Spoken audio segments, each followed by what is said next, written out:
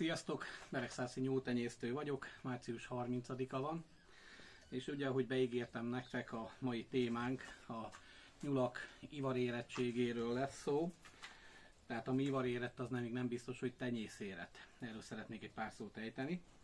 És ugye, ha még új vagy a csatornámon, akkor tudni kell rólam, hogy 2007 óta tartok nyulakat, és 2015 óta tenyésztem őket.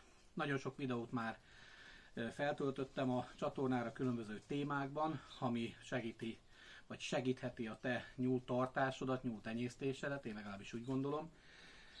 Érdemes rákeresni, akár oltásokról van szó, akár hogy hogyan kezd el az egész nyúltenyésztést, de lényeg a lényeg, hogy a mai téma az egy nagyon fontos téma, hiszen ez a tavaszi időszak, amikor már így húsvét előtt vagy húsvét után, ez a kedvenc időszaka azoknak a hobbi nyulászoknak, akik úgy igazából évente egyszer, max. Kétszer szoktak fialtatni, csak azért, hogy mindig legyen egy kis nyúlhús az asztalon. És hát sajnos észrevettem, hogy sokszor elrontják a párosztatásnál már, mert nincsenek tisztába azzal, hogy melyik nyúlnál mikor éri el a tenyészérettséget. Most például mutatok nektek egy ilyen, ez egy német óriás nyuszit. Ugye, ha ezt parasztnyúlnak vennénk, ugye, ha megnézitek, ez már legalább egy ilyen 4 kg. Tehát parasztnyúlként ő már tökéletesen megállna a helyét, abban az esetben, hogyha csak a 4 kilót vesszük figyelembe. Mivel a parasztnyúlnak legalább 6 hónapos koráig nem szabad bepároztatni. Nagy ritkán van az, hogy 5 hónapos korban már eléri a tenyészérettséget, tehát hogy már nem fog benne kárt tenni, hogyha bepároztatod és lefialtatod, de hogyha túl korán teszed be a bakhoz, akkor sajnos nagy a valószínűsége, hogy teljesen elronthatod, tönkreteheted az anyát. Éppen ezért érdemes mindig utánolvasni, mielőtt egy nyulat bepároztatol, hogy vajon mit írnak róla esetleg az interneten, vagy mit mondanak róla az interneten, hogy mikor éri el a tenyészérettséget, mert attól, hogy ő már bepirosodik és már dobog 3 kilóson és 3 hónaposon, az nem biztos, hogy jót tesz is neki, ha megy hozzá a bak és párzani fog. Tehát vegyük sorra, most egy pár nyuszit szeretnék sorba venni, hogy először is mire kell odafigyelni, melyik nyúlnál. A pannonfehért hoznám fel, pontosabban nem, akkor már beszéljünk erről a német óriásról. A német óriásról tudni kell, hogy ugye korábban tartottam belőle egy bemutató videót, hogy igen intenzíven nőnek és növekednek, igen szép a gyarapodásuk napi szinten. Éppen ezért már akár egy átlagos nyúltartónak egy ilyen ekkora nyúl már hatalmas nyúlnak számít, tehát ő már tenné be fel a bakhoz. De ha valóban egy német óriásról beszélünk, még hogyha keverék német óriásról is, akkor 6-7 hónapos kora előtt nem szabad bakhoz tenni.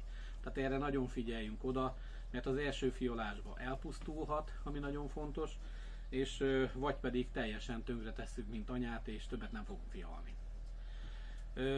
Következő nyúl, tehát őket inkább, ha német óriásról van szó, inkább a 10-12 hónapos kor, tehát majdnem 1 éves kor az, amikor célszerű betenni a bakhoz és pároztatni, és akkor garantáltan szépek lesznek az utódok, egészséges lesz az anya, és tudja is majd szoptatni őket. Sajnos ez a zaj, a szomszédom most indította be a traktorát, erről nem tehetek, elnézést kérek. A második típus, amit figyelmetekbe ajánlok,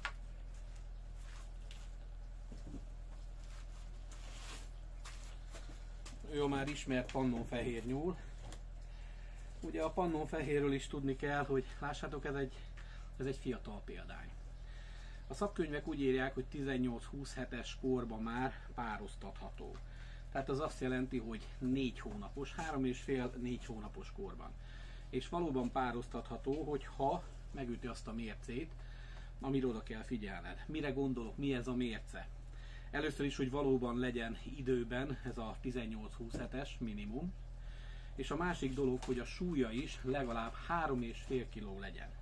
Mert attól, hogy egy nyúl időrendileg betöltötte mondjuk a 6 hónapot, vagy 4 hónapot, vagy amit írnak róla a szakkönyvek, de ha nem volt úgy étetve, táplálva, vagy valamilyen betegség, vagy bármi miatt nem fejlődött megfelelően, akkor nem célszerű bevonni a tenyésztésbe. Tehát itt ez a nyuszi, nem tudom mennyire adja vissza, ez egy ilyen 3 kg 20 deka, ő 3 hónapos, tehát ővele még mindenképp egy hónapot várni kell, látszik is, kis fiatalka a fején, ha megnézitek. Szóval ha már tapasztaltabb vagy egy kicsit tartóként vagy tenyésztőként, rögtön látni fogod, hogy ő még egy gyerek, tehát az 1 hónap az minimum kell neki. Na most burgundi vörös nyulaknál vagy kaliforniainál szintén a 6 hónapos, 6-7 hónapos kor az ideális tenyésztés szempontjából. Hamarabb nem, hiába már úgy látszik, hogy már minden rendben lenne, mint például ennél is. Nézzük meg. Próbálom megmutatni nektek a videóba, hát ha visszajön, hogy ő egy, látjátok? Kaptam is egy ajándékot, piroslik, tehát ő már ivar érett. Ő már most már, ha bevenné a bakot, akkor már kis nyula is lenne. Most mutatom azt is, hogy ugye mire kell figyelni, mi a női ivar. Nem tudom a videó mennyire adja vissza ezt a vágást. Látjátok? Ez egy lány, ilyennek kell kinézni egy lánynak. És mutatom a másikat.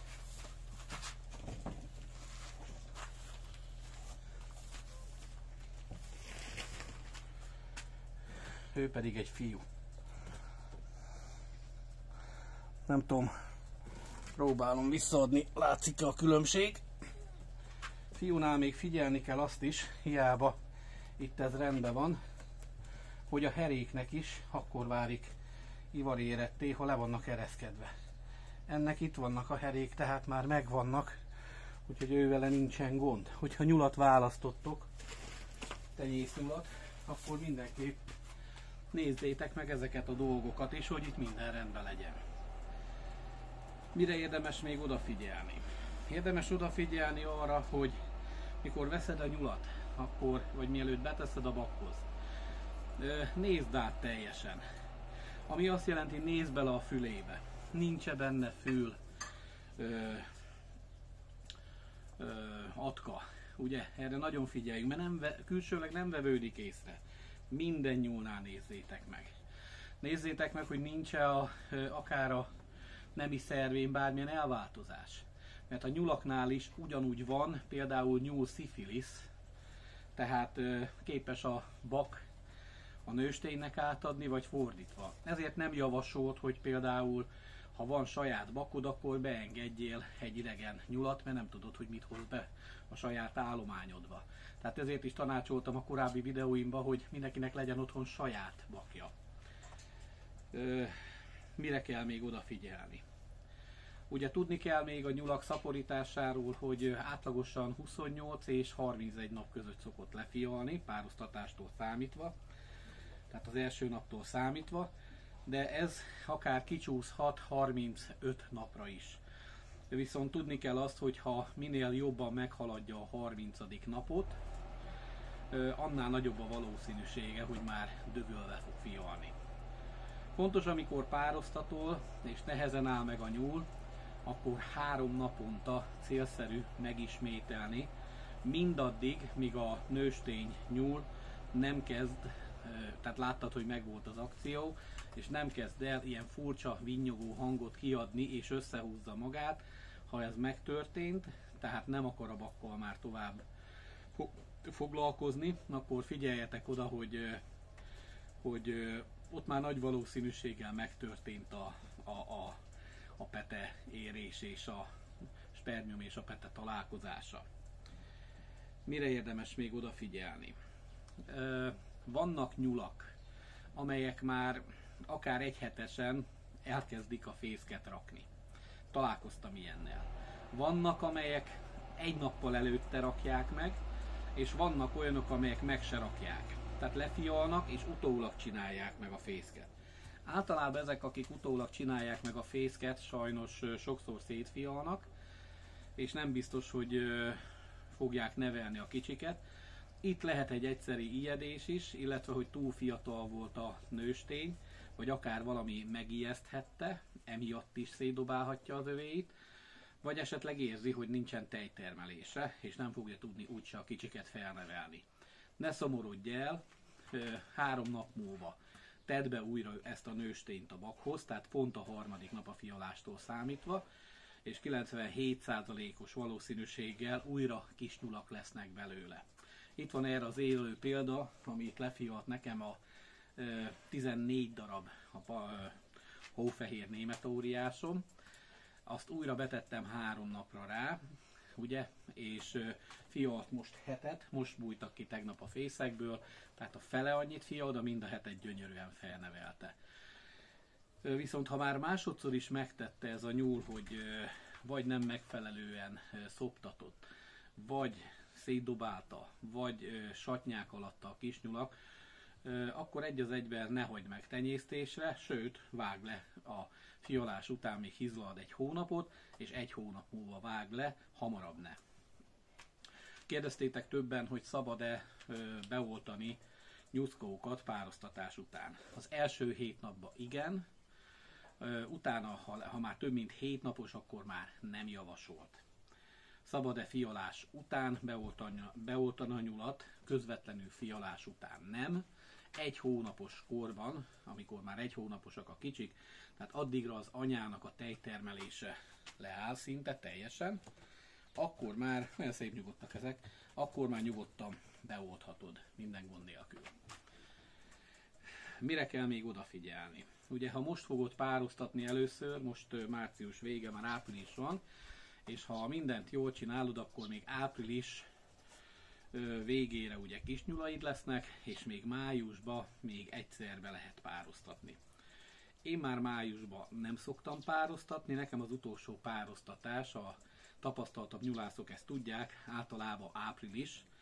Én áprilisban azért pároztatok, hogy májusban legyenek kis nyulaim, és ha május első felében már megvannak a kis nyulak, akkor azt tudom, hogy főleg a pannomból, akkor azt tudom, hogy nekem október, novemberre, amikor úgy igazából minden más nyúl elkezd vedleni, amik már több mint 1 évesek, vagy legalább 8 hónaposak, és ilyenkor kiesnek a tenyésztésből, én ezeket a májusi nyulakat akkor szoktam bepároztatni, és beállítom a tenyésztésbe, tehát lényegében nekem megint csak már októbertől vannak újra kis nyulak. Ez nekem nagyon fontos a folytonosság a vásárlók miatt, hogy amikor jönnek, mindig legyen levágnivaló 3-4 hónapos nyulam, tehát csemege nyulam. Mire kell még odafigyelni? Mindig mérd fel, hogy hány nyulat hagysz meg, ugye hány anyanyulat vagy a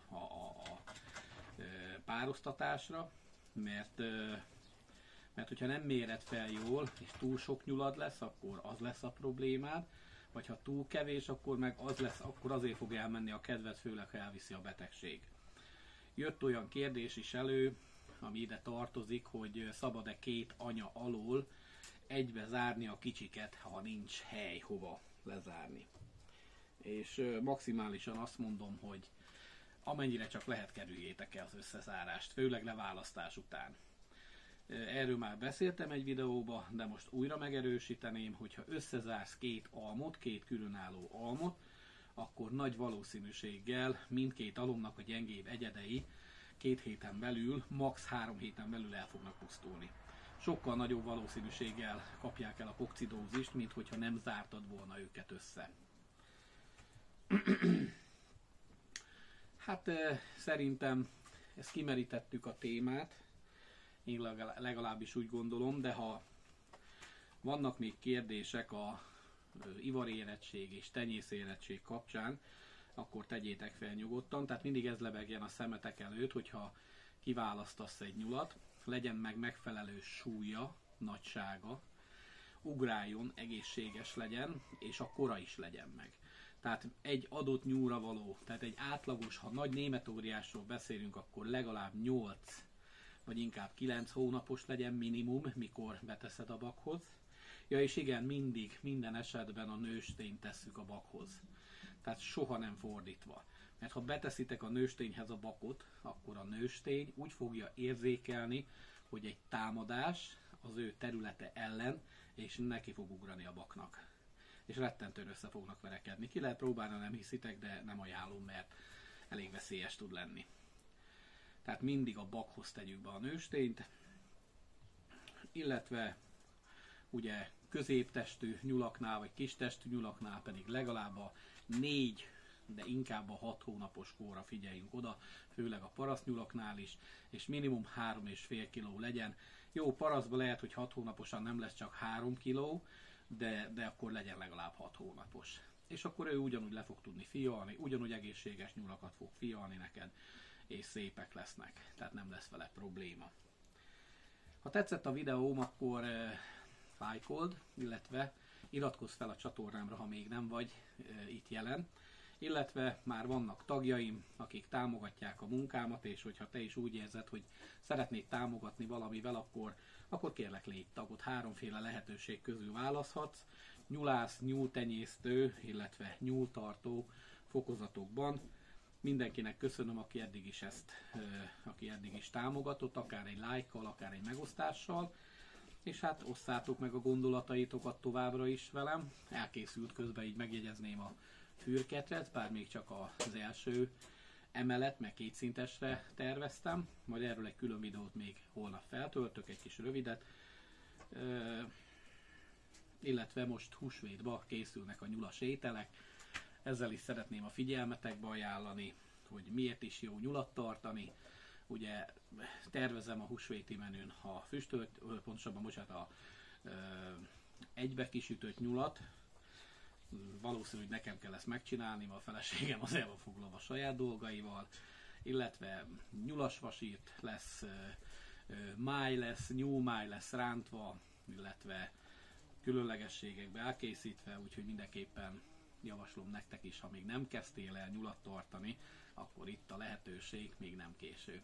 Köszönöm a figyelmeteket, sziasztok, szép napot nektek és kellemes ünnepeket, boldog húsvétot és boldog feltámadást kívánok!